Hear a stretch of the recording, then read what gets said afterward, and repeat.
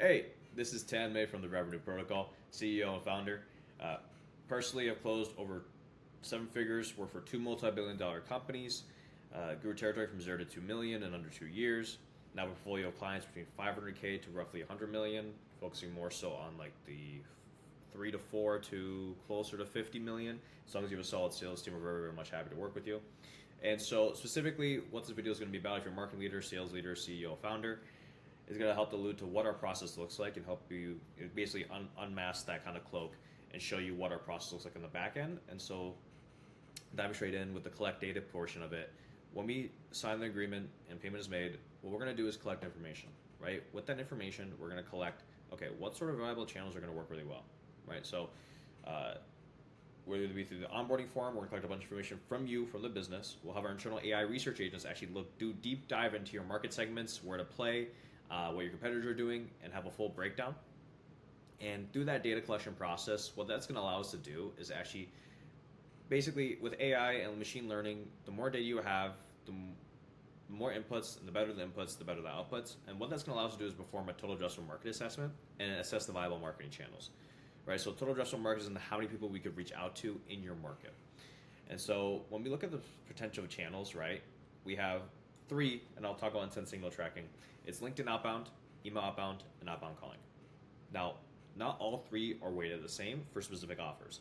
Let's say if you're construction software, your ideal customer profile, the person you sell to, is likely not going to be someone who is checking their LinkedIn because they're probably not on LinkedIn. Or they might not be active on email, so outbound calling would be the best, right? You still want to touch them on email to get the awareness built, but then with the outbound calling, it's more of a warm call, like, hey, sent you email right over there. If it's someone who, like let's say IT, right? They don't really want to answer their phone as well. Or LinkedIn, right? You can use LinkedIn to kind of touch base with some people. So it really is dependent on what kind of people we can reach out to. If you're using email, the best sort of aspect is, do you have a large total addressable market? Ideally, if you have at least 50,000 people you could reach out to in your market, it's a very, very good channel to go for. And then intent signal tracking, right? So when we look at people who are using inbound, right, leverage that kind of inbound traffic using AEO and GEO, people who have looked you up and gone to your website but maybe not have taken action. How do we redirect that and start getting more for what you're currently doing? And same with the email aspect as well. Think of email as almost like a paid advertisement channel. Now it's going to give you some dividends, get you some meetings, right? But sometimes in B2B, especially with those longer deal sizes, bigger deal sizes and longer sales cycles, people are going to be evaluating much more before they actually book in.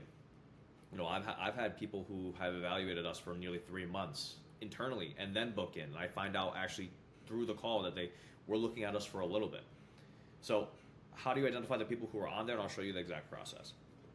And so when we dive in, particularly for the outbound email infrastructure size, there's two things, right? There's Google and Microsoft. What you're going to do is then get secondary domains adjacent to your main domain, right? So we want to make sure we don't land you in spam. These could be like, let's say, like the Revenue Protocol, the Revenue Protocol Advisory.com or the Revenue Protocol Ventures.com, right? Something that's not connected to your main domain but still has some sort of brand reputation. And we'll buy inboxes. And so the goal here is to have isolated IP sequencing tools, because the main thing that you're trying to avoid when you're doing mass automated outbound email is for Google and Microsoft to label you as a bad actor or spam. Now, you're not doing anything malicious by any means, and if you follow the laws, like can't spam laws, you're doing everything right. What you're trying to avoid is them thinking you're a bad actor. And that, especially with 2026 and machine learning and their LLMs being very, very strict on sort of spam filters, how do you bypass that, right? And so using an isolated IP email sequencing tool that where if one gets marked as spam, and eventually we'll get marked as spam because what we do is route to obtain, right? It's just the name of the game. You want to make sure the rest don't. So the idea is like, how do we mitigate as much risk as possible while still getting the most value from our service as possible? And so ideally, if you're looking at email, we typically try to hover between 1,000 to 100,000 emails per day. 1,000 is honestly the lowest we'll go to quite frank, to make it a viable channel. There is some account-based marketing that we could do with a lower target size. However, email might not be the 100% best channel unless you're giving some sort of asset away or you're doing some very, very proactive service assets up front in the initial email, right? Think of it like a paid advertisement layer. That's what I always like to say. And when it comes to actually the outbound LinkedIn infrastructure side, you're going to have to decide what profiles to use. And so you have two options, right? So it's going to be the team member profile, founder op profile, sometimes even both. There are some people in the market who are using secondary profiles, and we've explored that in the past, and we've had some people who had enjoyed the process. It's just a really big pain to really get set up, and sometimes for brand reputation, right, it doesn't really pay that much dividends. And some people just want to avoid the brand risk, which we try to err on the side of caution for. I use LinkedIn more as like a secondary channel to kind of hit up those higher accounts or warmer leads. So we upload those accounts to HeyReach, right, which is a LinkedIn automating tool. We send 25 messages per day profile to make sure we're staying under the LinkedIn limit and making sure you're staying under the radar. We have never had any problem with people getting blocked or banned or whatnot, and that the reason for that is because we stay very much under the limit and use it very much tactically. And so now when we're looking at the calling aspect, outbound calling infrastructure side, we don't typically do this for all of our clients, right? Just because it's a little bit heavier fee. But what we'll do is place a trained caller on your offer. And if you want a part-time caller, right, it'll be a little more part-time caller will be a little bit cheaper. If you want a full-time caller, it'll be a lot more expensive. For specific pricing details, you have to message me directly about that. We set up a caller in an auto-dialing system, right? We use Salesfinity. We have them set up or join your CRM for lead management, right, to make sure your CRM is all clean. And ideally, we have them do 1,000 to 2,000 dials per day, just ripping through dials and contact information, as long as you have a total addressable market that's big enough, right? And the other aspect of it where we're using outbound calling is warm calling. So any person who's positive reply to emails or LinkedIn's, we warm call them and say like, hey, saw your positive reply to this. Were you looking to meet, with X, Y, Z, right? We get a lot more traction there because obviously there's a reason, there's relevance, there's reason to reach out. But yeah, that's pretty much it.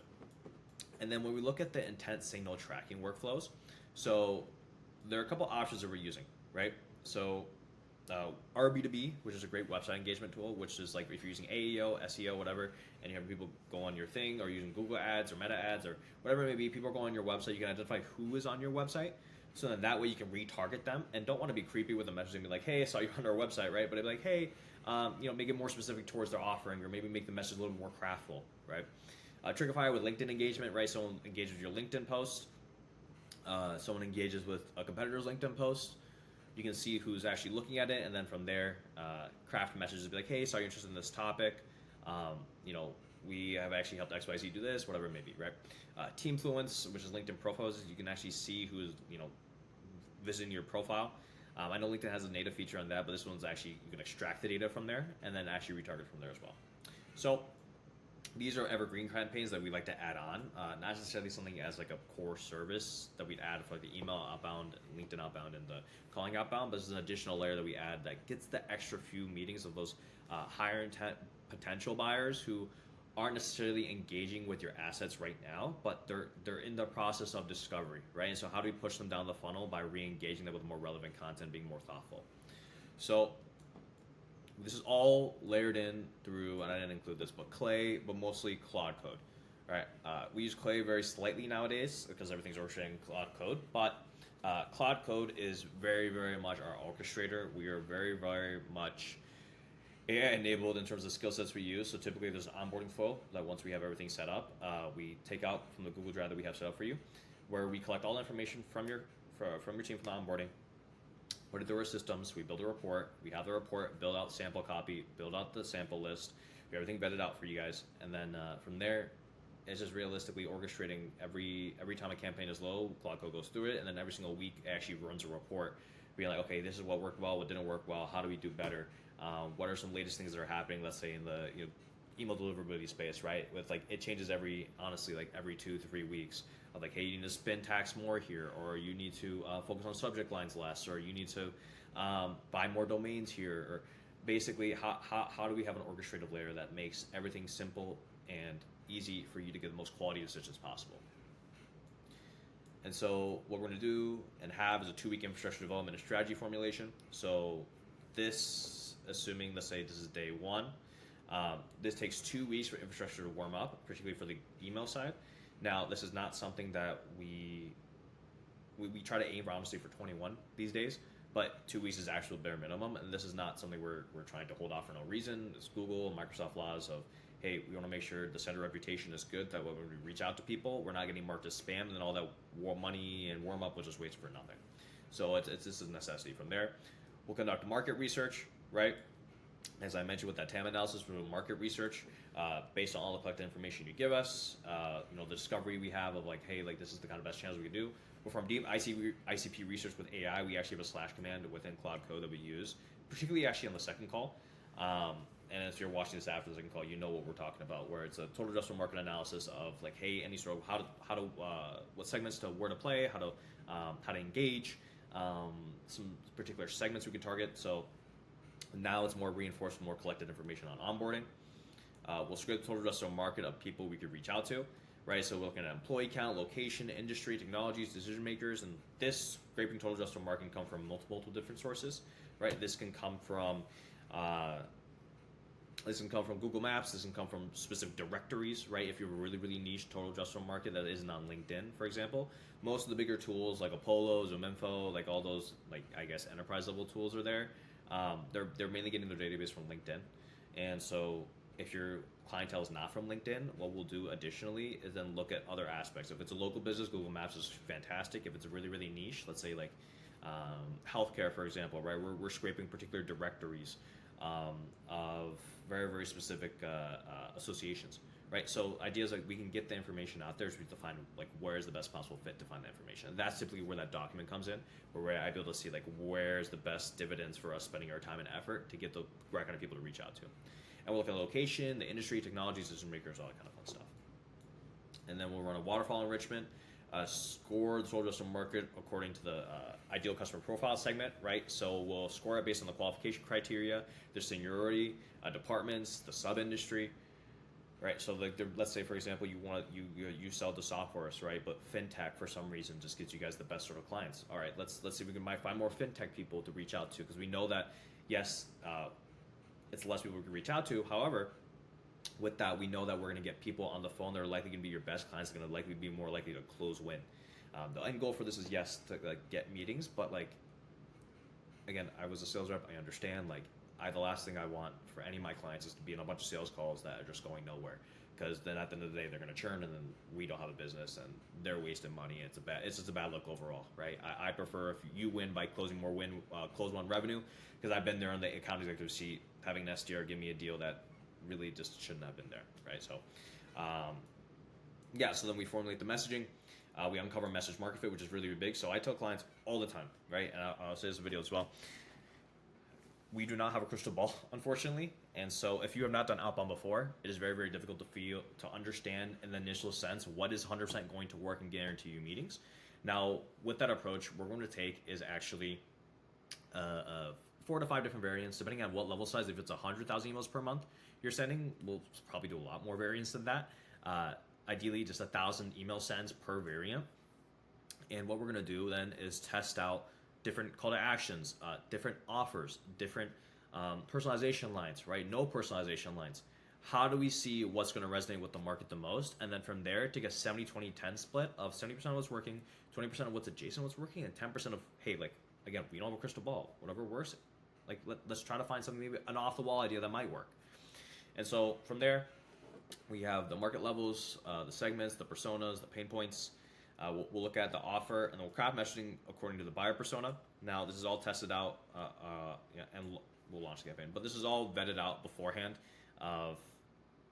by your team, right? So we always send the sample list, and we'll also send the copy as well to get edited and kind of fact checked, because at the end of the day, I have clients across healthcare, e-commerce, hospitality, let's say fintech, operations. I was in cyber IT. So like at the end of the day, the fundamentals and frameworks are going to be consistent, which is why our arbitrage and our service works really well across different industries. What we really rely on is a partnership approach, where in the initial stage, it's very, very little work on your end besides just looking at the actual copywriting that we've developed and to make sure it's brand aligned and make sure the offer is going to resonate. In the aspect of, is this something that is true to our industry, right? Because AI is fantastic, right? And the better the input, the better the output. The messages were so good that one of our healthcare clients literally said, I don't know if you had our director of marketing help you with this or your AI is just that good. It really was depending, because they give us a lot of good input. So this is the kind of A to Z process at a high level overview. Any particular questions, of course, feel free to shoot me a message.